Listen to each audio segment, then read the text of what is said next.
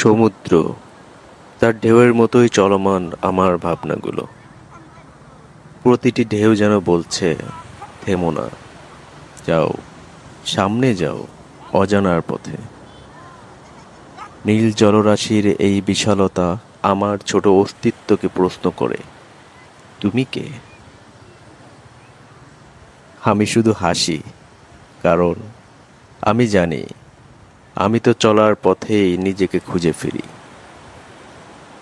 কখনো শান্ত, কখনো প্রলয়। এই সমুদ্রের মতোই তো আমাদের জীবন। শান্তির খোঁজে যতই গহীনে যাই, ঢেউ এসে মনে করিয়ে দেয়, সব কিছু বদলায়, আবার ফিরে আসে। সমুদ্র কাঁদে না, হাসেও না, তবুও সে গল্প বলে, নীরবতায়, বিশালতায় এবং অনন্ত আহ্বানে।